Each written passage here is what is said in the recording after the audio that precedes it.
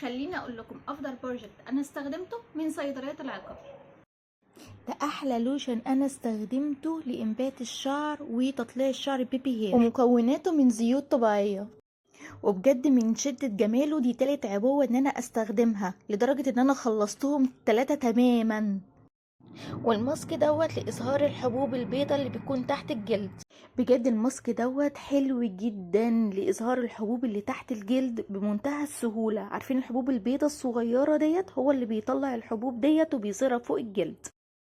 وده لوشن لإخفاء الحبوب اللي فوق الجلد. طبعا بعد ما الماسك بيطلع الحبوب اللي تحت الجلد دوت بيخفيها تماما وبيخلي البشرة صافية وجميلة جدا، ومكوناته طبعا. وده ماسك لتفتيح لون البشرة وتوحيدها، بيوحد لون البشرة من أشعة الشمس، وأحلى حاجة فيه إن هو بيفتح لون البشرة وبيرجعها زي ما كانت، وكمان من مستخلصات طبيعية 100%.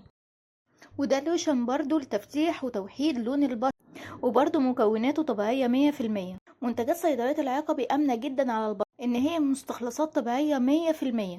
ولو جيتوا سألتوني عن رأيي الشخصي أنهي الأفضل، اللوشن ولا الكريم، هقول لكم اللوشن دوت عن رأيي الشخصي. واخر حاجه معايا من المنتجات اللي انا جربتها وممكن اجربها مره واتنين وتلاته بعد كده، ده كريم لتفتيح الهالات السوداء اللي تحت العين، وده هتلاقي نتيجه فعاله من اول استخدام.